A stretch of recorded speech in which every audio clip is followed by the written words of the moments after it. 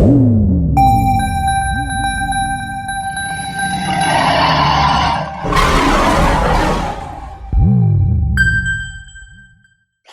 welcome to another episode of The Final Third. I'm your host today, Lavish. We got Banks in the cut. Oh, come on. We have 7 days till the Prem starts. It feels like we've just ended. 7 days, you know. This shit don't stop. And This shit don't stop. But let's start from where football starts, because right now there's only one person to talk about, and it's the GOAT, the king himself. The 5'6" king of football, yeah. Here we go. Lionel Messi. Firstly, Banks, do you want him to stay or do you want him to go? As I've said already.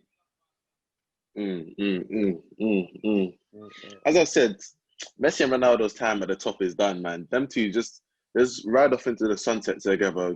Go America, go one of these places. Just live out your life. You did say this 2 months ago. Because staying at Barcelona, that team's rubbed out. There ain't going to be no rebuild if you can't sell guys like Coutinho, Griezmann. Because they're broke as well, so there ain't no rebuild over there. They're going to City now to play with Pep Guardiola. Man, come on, man. How you glory hunting at your age, man? You're a big 33-year-old. You're joining forces with Kevin De Bruyne and Pep Guardiola. Come on, man. So ideally, where would you want him to go? Or where would you want to see him? I want to see him in like New York Red Bulls. Then we let him go somewhere like there. You're not serious. Ronaldo goes into Miami. No, I'm being 100% serious. I don't want to see him at City. I don't want to see him coattailing at City. I don't want to have to see. You think that's going outside? I don't want to have to see Sterling carry him. Sterling's gonna have to carry him. Yeah, you're bugging. I don't want to see that. No. I don't want to see that. That's enough disrespect. I don't want to see that. I think Messi has to go as the best football player in the world. Messi has to go out on a high. Yeah, it's obviously the course it's running. By the way, I'm sorry. There's no high you can achieve by joining forces with Man City to go and win yourself a Champions League. Right. This is the equivalent of Kevin Durant going to Golden State Warriors and getting his 2 rings. But that was considered one of the greatest teams in the NBA. That was considered one of the greatest teams in the NBA. And it's considered one of the softest moves ever. And this will be so soft if he goes to play with Man City. You've seen what he's achieving. You've seen what he's done with Barca. If anything, Barca owe him this free transfer because they're arguing that should give. They know no one's going to pay 700 mil. But Barca, first of all, Barca pay him £900,000 a week. They owe him nothing. Like they owe him that. That's what they owe him. They don't owe him a free transfer. Listen, they pay him $900,000 a week. In the contract, they pay him $900,000 a week. That's what they owe him. In the contract, it states he can leave on a free at the end of every season. They are moving the goalpost by saying this isn't a normal season and it's not the end of the season. If it's not the end of the season, let's play then. No, it's the end of the season. But they're saying, right now we're supposed to be in season. So someone has to pay 700 mil if you want him to go because they're still licking their wounds from the Neymar transfer, how PSG pulled Neymar from underneath them. So they don't want it. But this one's clear as day. And Messi's given sweat and blood for this club, yeah. Barcelona have gone out to, since they won in 2015, they went out to Atletico, Juve, Roma, Liverpool, and then who they got to recently? Bayern Munich. Three of them were a disgrace. The Atletico we forgive. The Juve one we forgive. The last 3 was a disgrace. Yeah? Because they came from deficit. The teams pulled back like 3-goal deficits. Like, what's going on there? So Messi, and one of them was very embarrassing for Messi because we all remember him on the microphone rapping to the fans, and he wasn't living his raps, saying we're bringing on the champions. I gave a live performance. Man, tell you don't live what you rap, but listen, he wasn't living his raps, and I feel not that I feel sorry for him, but he's in shackles right now. He's in shackles. Hey, look, sometimes like you can't always run from your problems. With Argentina, every time they lose a Copa America, suddenly it's time to retire. Suddenly I can't do nothing with the Argentina team. Don't do that. No, I'm sorry. Like sometimes you got to stop running from the problem. Like sometimes you have to accept you're part of the problem as well. So Messi's part of the problem at Barca? Of course he's part of the problem. Of course he is. How is he part of the problem? Look, what I'm going to say is that... Because you can say he's part of the problem. How is he part of the problem? Big players carry their teams through when they really need them to. And Messi hasn't done that for Barcelona in the last couple of years. Like, as much as he's had to put Barcelona on his back because they've had terrible teams, like over the last couple of years, he hasn't been able to get them over the line. That's the bottom line of it. And you can keep running from it. You can keep trying to build super teams. You can keep trying to build super teams. But at the end of the day, sometimes you got to look yourself in the mirror and say, "Oh shit, maybe I'm part of the problem." If that's the case, and you can't carry them over the line, let's cut our losses then. Okay, I'm not capable of doing it. Let me go. If I'm that, you're saying if he's that bad, if he's that bad, he can't carry his team over the line. All right, maybe I'm not the goat then. Let me go. I never said nothing about him being that bad. But at the same time, you gotta look at yourself and say, maybe is it me? Can I do something better? Can I track back maybe a bit more? You're better than tracking back. You are better than tracking back theory. No. You're better than that. Obviously, no. I'm better than that. But at the same time, Messi takes the piss. Like, you can help your teammates a bit. I get you're the best player in the world. I get that, and I get that you've got the freedom. But sometimes, like, run a bit. Like, help somebody out. Because Messi doesn't do it at all. Like, there's not doing it, and then there's not doing it at all. I get Messi's 33. And he doesn't really want to be going back the other way. With why we're never gonna bring back tracking back to Messi, because no one can do what he does on the ball. Yeah, then no one. Who else is getting thumped up 8-2 by Bayern Munich? It's only Barcelona. So maybe you got to do something different. Maybe what you're doing on the ball isn't enough. Just a theory. On to other news. So the most active. We're just gonna follow that because that's only brewing now. It's not the end of that Barca Messi saga, but the most 100%. Active team in the Prem when it comes to transfers, the big ballers, the money. Listen, the money talks over there in that side of London. It's Chelsea. Roman brought out the wallet. It's Roman. Oligarch Roman. He brought out the wallet. Yeah. He started off during Corona with Ziyech, Werner, carried on Thiago, Chilwell, and he signed someone else. And Havertz is coming. Havertz is coming. So we've got about 6 signings. 6. How many of them are world class? I think Sar's going to go back on loan though. How many are world class? Probably just Thiago Silva. But how many of them are like, wow, big signings? About 3 or 4. They're not small signings. They're all first team. They're all first team signings. And that's 100%. And it's very exciting as a Chelsea fan. Or like 2 things I can say. 1 to the media and 1 to Lamps. To the English media that said, yeah, Lamps putting faith in the kids. Can you see now? He didn't have a choice. Can you see now? He didn't have a choice. And the only reason he put faith in the kids is because his hands were behind his back. He had to play what he had. So let's remember that. 2, what I say, if you do not challenge with what they've spent, if you come third and you challenge, you keep your job. If you don't challenge, you're off still. You're out of it. I think, okay, so to the first one, I'd say that it's good that he put the faith in the youth because now he knows which youths he can rely on for the coming season. Like, so even though his hands were tired, it gave him an opportunity to do that. And secondly, I do feel like Lampard has to win at least the trophy and then put some sort of pressure on Manchester City and Liverpool. He has to put some sort of pressure because we've seen the history of Roman Abramovich when he brings out the wallet. Like, he does not bring out the wallet for you to just piss about and say, okay, you brought out the wallet, I got to spend this money, but I'm still not going to do anything. If he brings out the wallet, it means he wants you to do something. His form of trust. He wants you to do something with that. His form of trust is the wallet. His form of a chance is the wallet. It's not time. He don't play. It's not time. Time is more valuable. He'll give you what you need. Yeah, time is more valuable for him than the wallet. He'll give you the money. You just ain't got time. You just got to make that. You got to make it start ticking. You got to do it. Yeah, and I think everyone, Lamps should understand that because he's been over 10 years at Chelsea. He understands it as a player, and I'm sure he should understand it. You see the pictures with him and Roman. You see they're buddies. They were buddies back when they were playing. So he knows. He knows Abramovich is ruthless with it. He's cut off managers before, and even though that's his doggy, he won't be afraid to do it. He won't be afraid to do it to Lampard.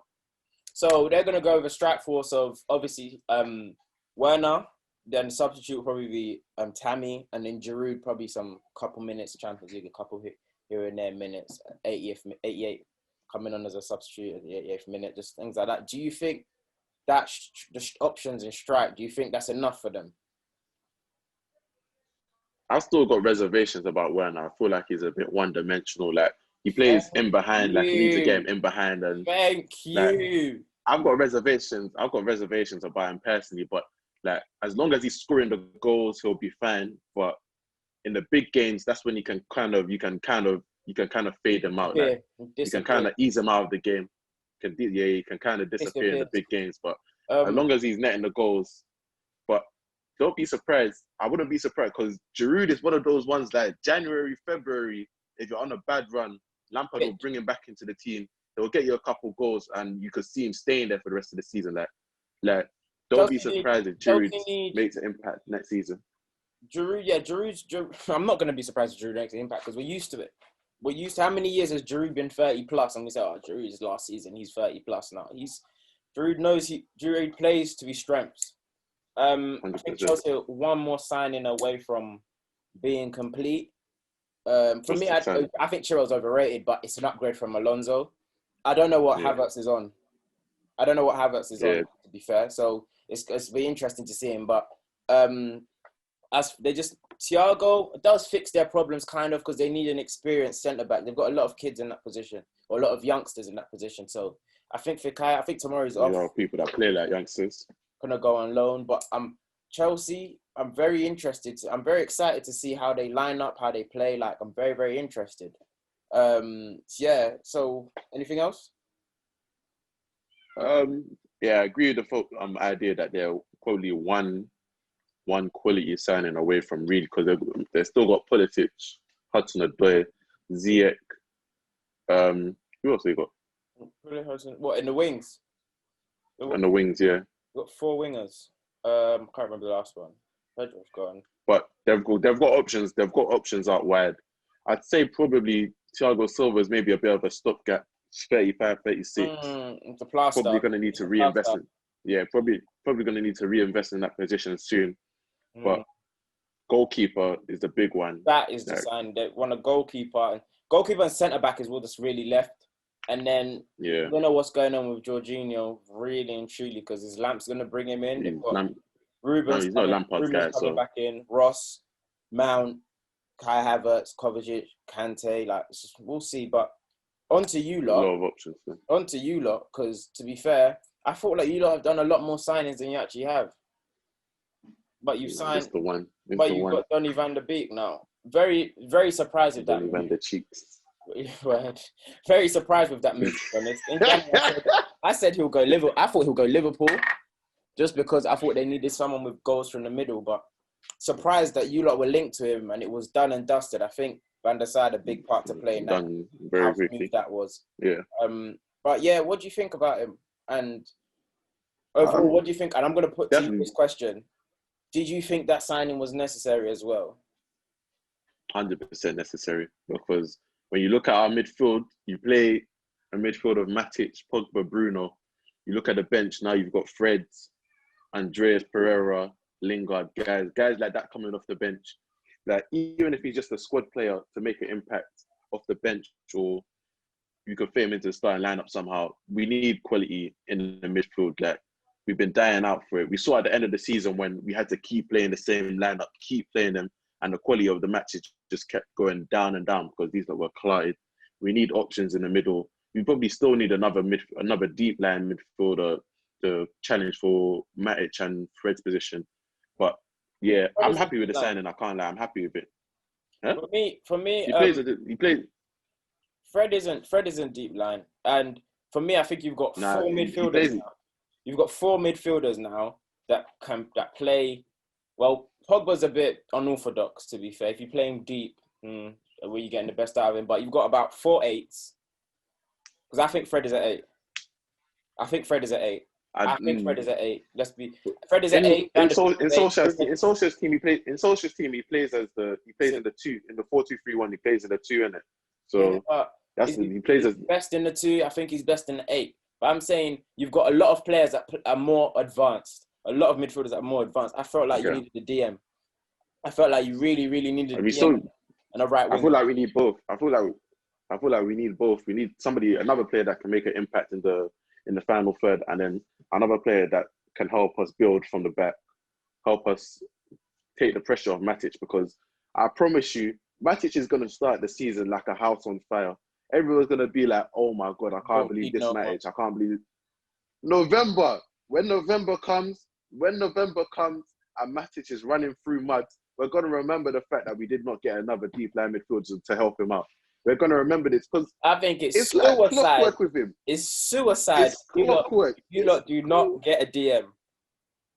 Clockwork. You see Matic, you see his legs.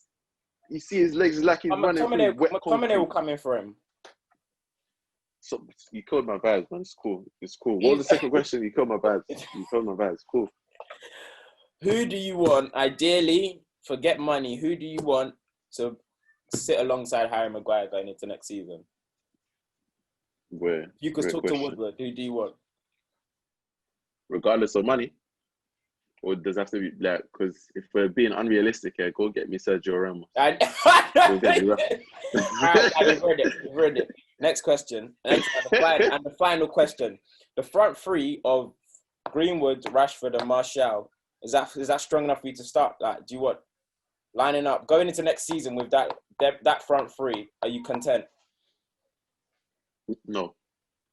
You want where? We can definitely, like, even just behind those three, there's no pressure on them. That's the problem. There's no pressure on them. You need another top quality winger to put real pressure on them.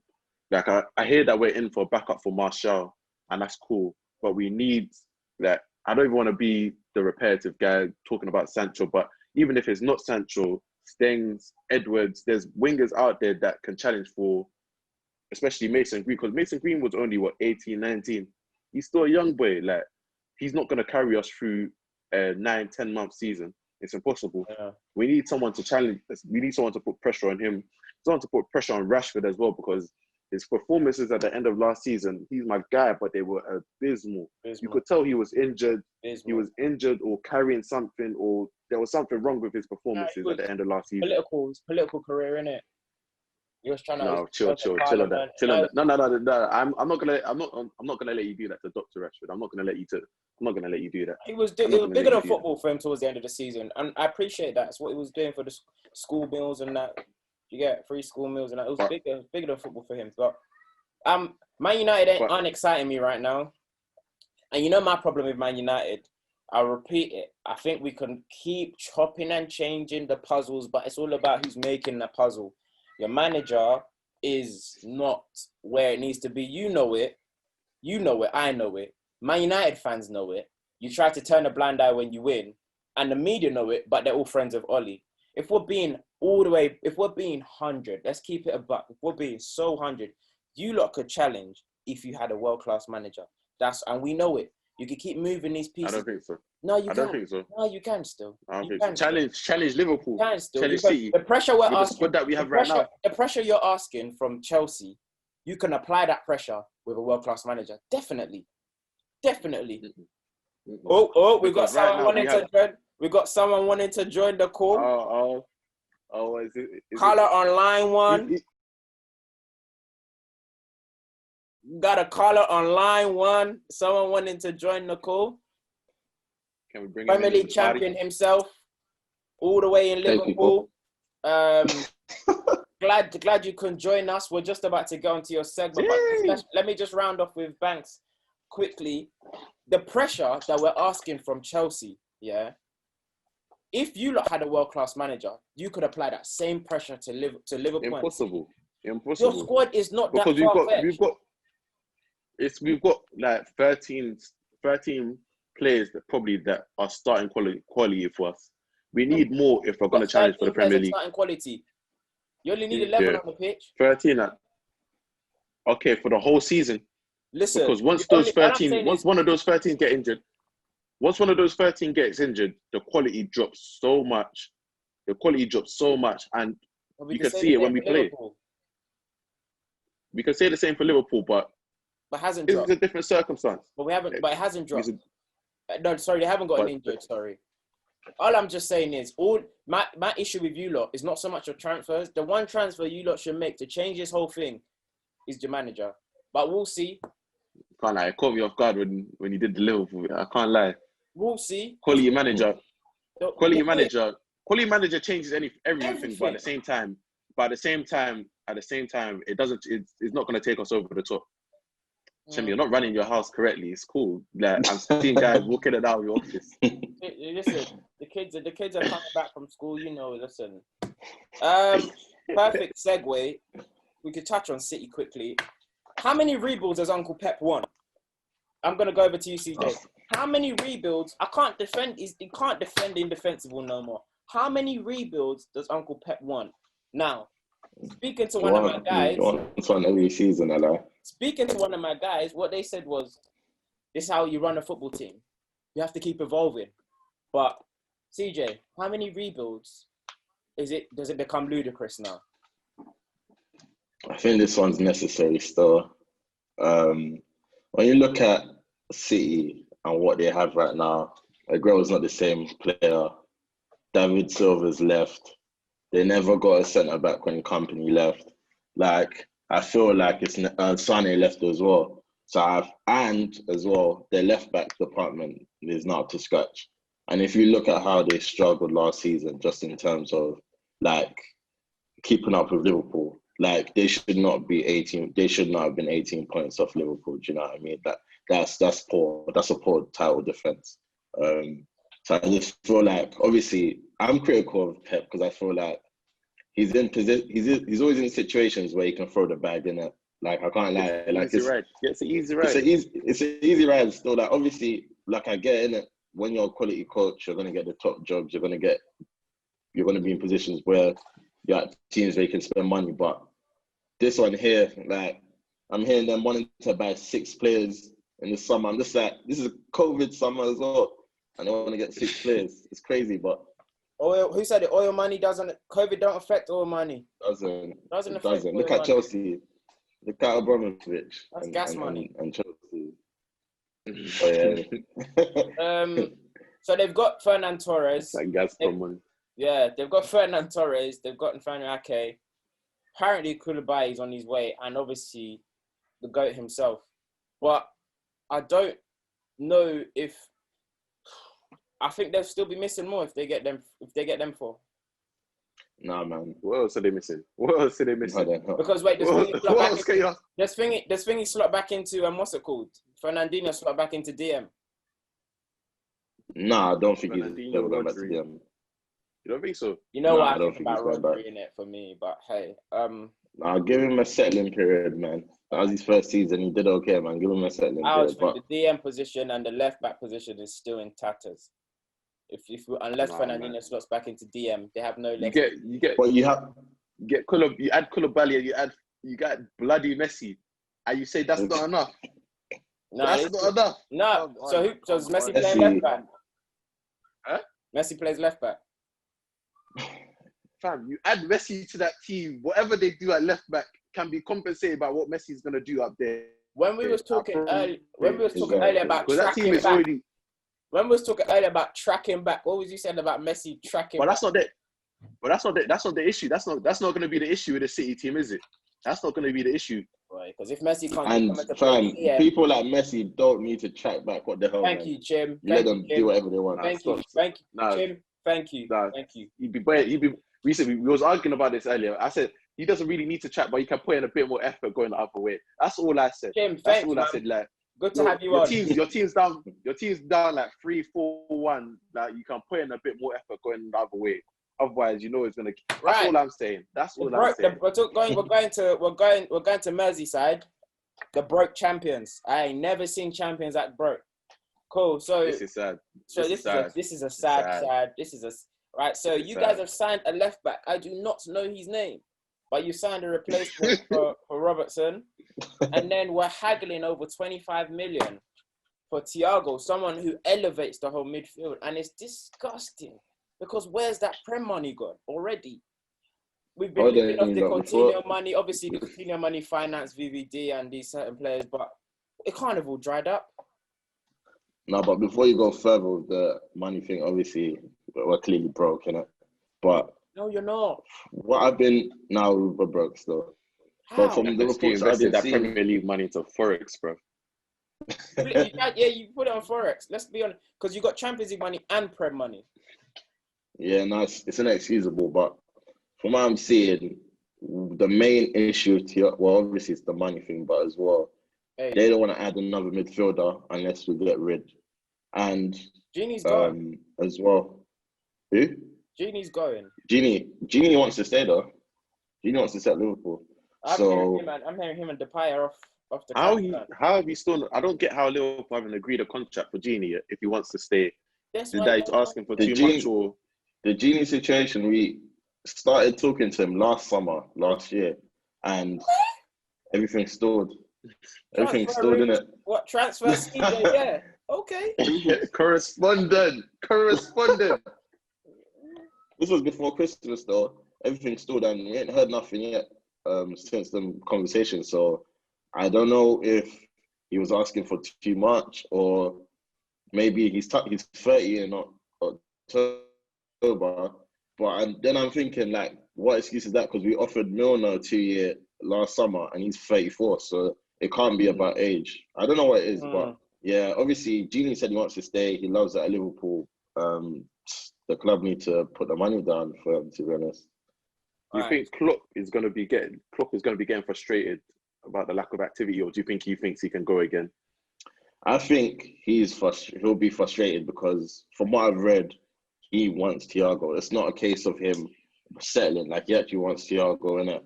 But at the same time, you think it was promised? I'm sure the owners are probably telling him.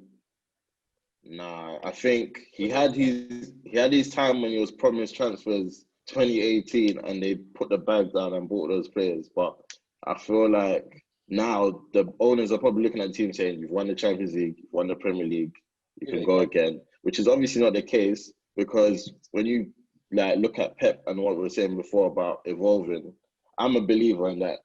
Every window you got to make a move in it. I believe genuinely, whether it's one signing or two. Like, the way football is now, like, teams catch up, and it's not like a team can go and dominate for 10 years straight. You got to invest, whether it's a year or 2 years. You got to shake things up. So I doubt you can be happy with that, and obviously the fans aren't happy either. So last question on Liverpool. This is why you need a manager, an owner that watches football. When you see get like the oil guys, when you see Abramovich, and they know when they need to invest. You need to own. That's what I don't like about these American owners. They watch the baseball, they watch the basketball, watch all of that. They don't understand football. That's the problem. You're not wrong. You're not wrong. And I could have used that to segue, but I just wanted to talk on Liverpool's front three. So another year, we're not changing the front three. As a Liverpool fan, actually no. Thanks. Do you think this could be a mistake this year? They're not upgrading that front three. Unless they're expecting Firmino to go back to his 2018. It was 2018 when he put up mad numbers, but I don't see that happening. Like, for me, Mane is probably the best out of the three. Salah has done enough to say you don't need to upgrade on me. Firmino at least put pressure on him because he had a woeful season last year. Because it's not even the fact Liverpool fans will talk about he's the glue, he's the creative one, like we need him for the system, all of that good stuff. But it's not, he gets chances and he misses them.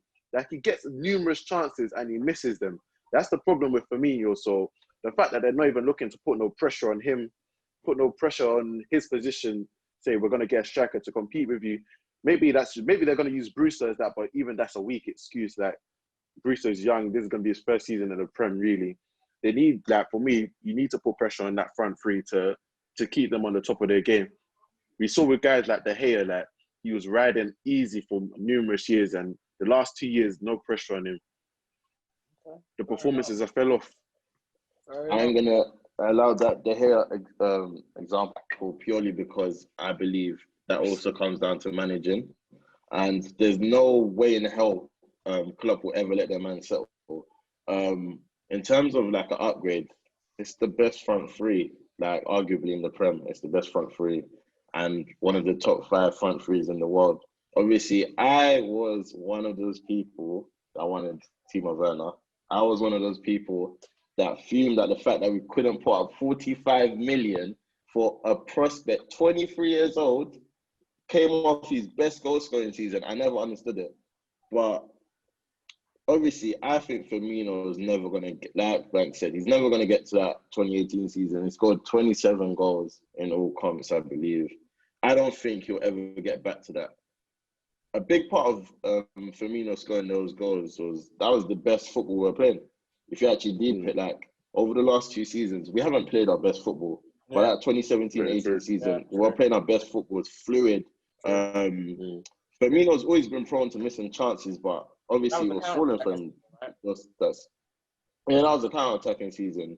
And obviously he's always been prone to missing chances, but it was falling for him that season. So I know it's a bit different now in the sense that we don't play the same kind of football. So he'll get those chances, but instead of getting 3 or 4 a game, he'll get 1 or 2. And he's not taking those 1 or 2, as opposed to before where he'll get 3 or 4 and take the 3rd or 4th. So I don't think it's that he's playing any different. It's just that, you know, he's not finishing in the same way in terms of chance conversion.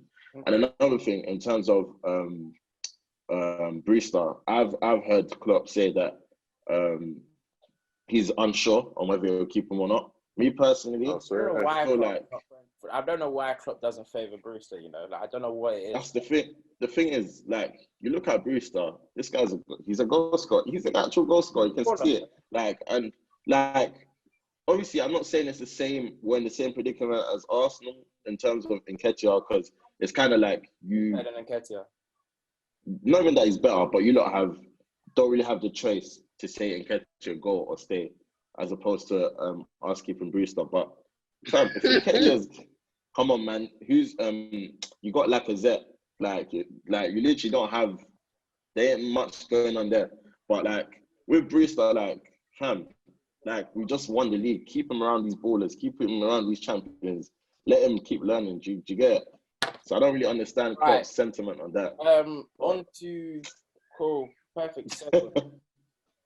See, we just keep getting broker. Because I was going to talk about... Let's just get off over and done with. On to the broke boys in North London now, yeah? And I just say, it's the most active we've been, or it's the most forthcoming we've been in the transfer market by starting early. Right, so we got Willian over the line, and we've got Gabriel over the line. Gabriel. So far, okay for me. Not really excited about it, considering who we've been linked to and what's actually been done. Because the only transfer I asked for, let's just get that one, is the party. We just need him there, yeah. We need to bolster that midfield because it's weak. I think it's clear. Every rumor is talking about how we're trying to raise funds for Partey. What upsets me about my club is the fact, because it's so televised, yeah, but fans, pitch, boardroom, everything, and it's just like a soap opera. Nobody rates our players, even though you would rate worse players at other teams. So when it comes to like pushing off Maitland-Niles, Wolves can offer you 50 million. That's disrespectful, because it's like you forget he's English all of a sudden. You forget he's only 22. You forget he's got bags of experience, yeah? Because other people and other teams with less credentials are going for more money. Do you understand? So it's just like, what? Bellerin getting offered 25 I saw Leeds offering, what? 10 mil? Yeah, Leeds offering Brighton, like 25 million for Ben White, who just played in the Championship. I'm seeing someone offer 10 mil for Emi Martinez when Ramsdale went for 20 mil from Bournemouth. I'm thinking, what's going on? Do you get, why do we not know how to like appreciate the stock of our players?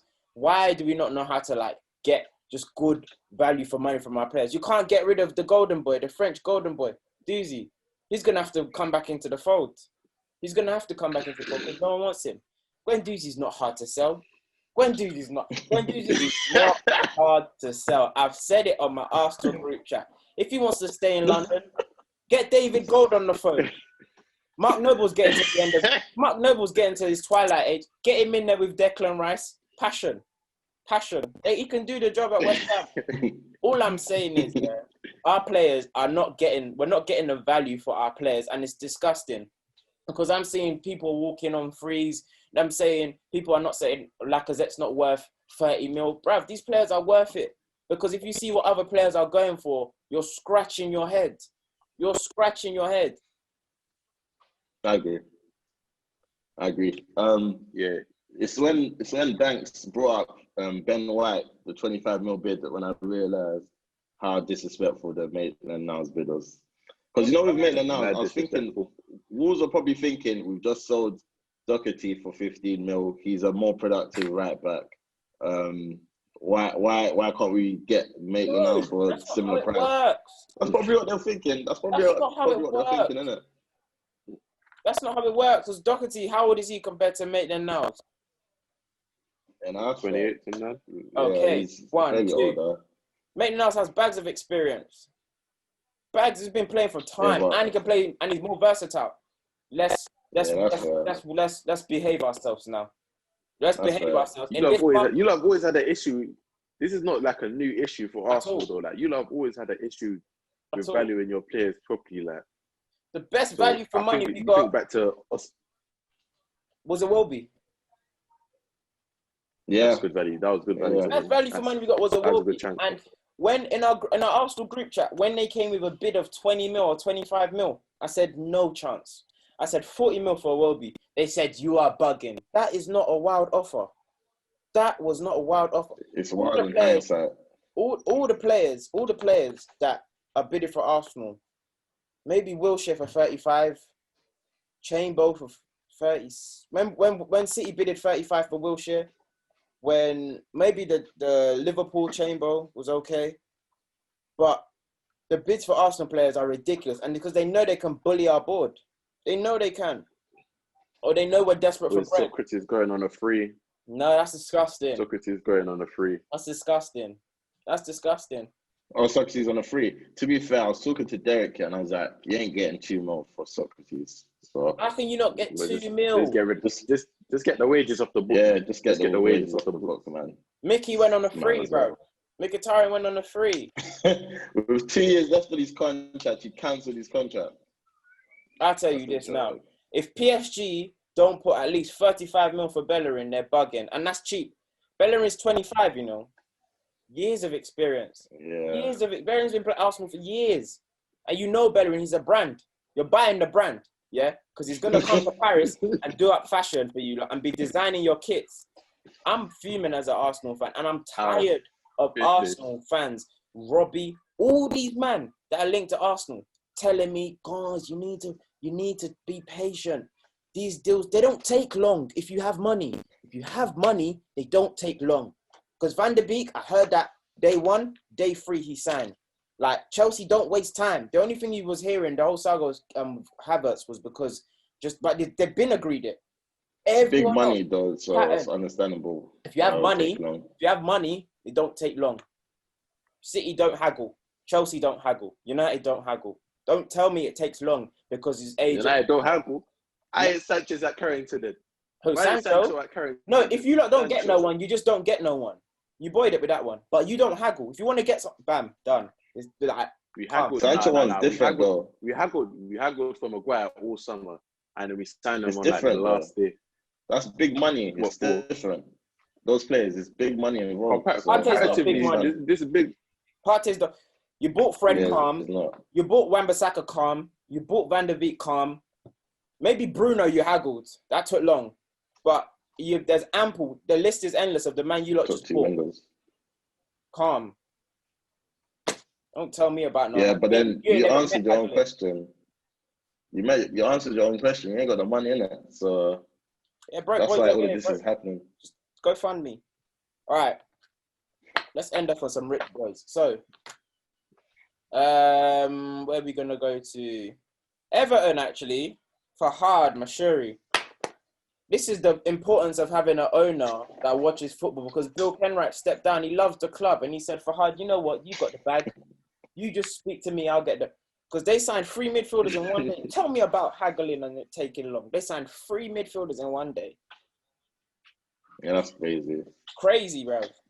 You ever thought James will be Merseyside? You know when your boy is at the motive. You know when your boy is at the motive and you know it's gonna be dead, but your boy is there, so you're thinking, let me just go. Like my boy is gonna be there. Maybe we'll enjoy it. That's what Ancelotti and James Rodriguez are doing, fam. Like, there's no way James Rodriguez ever thought, Everton's a motive star. He thinks he's going to Chelsea, bruv. He thinks he's going to Chelsea. You know, hit the bed from him. Nah, man. That midfield he ain't played football. Promising. And how long? Pardon? He ain't played football in what, like 2 years? He ain't played football for 2 years now, man. I don't know what to expect. Yeah, it's obviously an upgrade, obviously, on what they have. But I feel like Everton is just the typical... No, it's a typical Everton, man. No, it's not. No, it's not. I'm not having that one. Not on this window. Not on this window. Not on this window. Come on, man. Not on this window. Normally, Everton sign bums or like has-beens or like fringe players. This one, they've signed people that we think, Alan could go to a top. He's good. Alan could go to a top club. Yeah, I was shocked. Yeah. I was shocked by that one. I was shocked by that one. Like, he's 31. He can go Tottenham.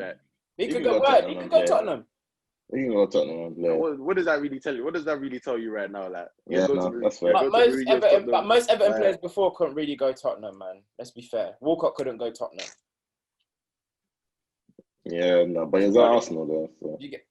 Yeah. You mean after leaving? But I'm just saying his quality. That quality of player can't really. Oh right. That's one. It's not starting at Tottenham. That midfield has got potential still, and their bench doesn't look as weak now because a lot of the first team players now have to go on the bench. The Sigurdsson, the Bernards, the Andre Gomez. They're good enough. No, I'm keeping Andre Gomez in my team. Ahead of who? Who do they have? They got Allen and Decore in midfield. They can play as a free. Yeah, they can play as a free now. Allen, James, and Decore. So who's he replacing in the free? You think Ancelotti will play 4-2-3-1? I think he'll stick with 4-4-2, you know. I think he'll stick with 4-4-2. Yeah. James Rodriguez on the right. Was it someone on the left or will be on the left or something? They need a striker. Calvert-Lewin, Richarlison up front. They need a striker. Let it go, man. Let it go. Let it keep it there. My boy Richarlison, Calvert-Lewin doing this thing. What you get, like 14 goals for Everton last season? That's a decent return. Striker that's been linked to everyone. Let's run it back. The striker that's been linked to everyone is Edouard. He's been linked to Celtic. Yeah. Everyone's been linked to this guy. 5 million. Because Chelsea's, if you don't manage to sell Lacazette, then I can see you going for him. He's okay. He's decent. He's okay. He'll be cheap as well as Celtic. Man. They ain't got money up there. Celtic stunk out the Champions League, so he said, "I'm out." Celtic makes me sick. That's the only reason. Like once Musa Dembele saw that he was out of the Champions League, I'm out. Same thing's gonna happen with Edouard. Anyway, it's been boy. I'm so excited for this Premier League season, especially if the GOAT comes. I'll get more excited when the party comes to the carpet. But right now, Arsenal got to give me more hope because the whole Gabriel and Saliba thing. These men are in first year of uni. They ain't starting together. Saliba's in first year of uni. He's a tank, but he's in first year of uni. He's 19, bro. Yeah, they ain't starting together though. They're probably gonna play a free with David Luiz in the middle. Yeah. How do you feel about a free? Listen, I think he switched to a free because it was winning for us, but I don't like it. I don't like it. I think I would like a free if we had two solid midfielders, but we don't. We really don't. Yeah, but it really does protect Xhaka, man. It protects his game. It protects him, and he gets the best out of him. That's why I have to give Arteta his just dues about how he's done with Xhaka, because I think what he's really done, and which Wenger, Ljungberg, and Emery didn't do, is just remove all of Xhaka's responsibilities and just have him do one or two jobs. Take away all the responsibilities of going forward, engaging or leading a press. That's not your job. Just stand there, shuttle, and cover. Do you understand? Yeah, because you haven't got any of the other things in your locker. You're not the most mobile. You're not. And that's why I think it's worked so well. Proper limited Xhaka's responsibilities. But we need an upgrade from that. Shall I tell you what's funny though? When I see Arsenal fans talking about the midfielders coming and how they're gonna fit in alongside Xhaka, like they're not. You're not looking for these midfielders to replace Xhaka. Like I don't. They need to stop talking about Partey fitting along. No. Xhaka is with the second string of midfielders, the ones on the bench coming to replace Partey in the 88th minute to run down the clock. That's what, not playing with him. Do you understand? Because he's calm. That's it. He is calm because he's playing his best football and he's calm.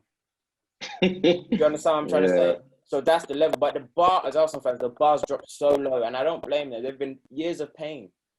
So they accept mediocrity. He's not good enough to start at Arsenal. Guys, that's been a perfect episode, a perfect way to round this up. A little bit of Xhaka slander and a bit of Xhaka appraisal. It was nice to have you on, Champion CJ. Very nice to have you on. Thanks, as always, a pleasure. That's been it.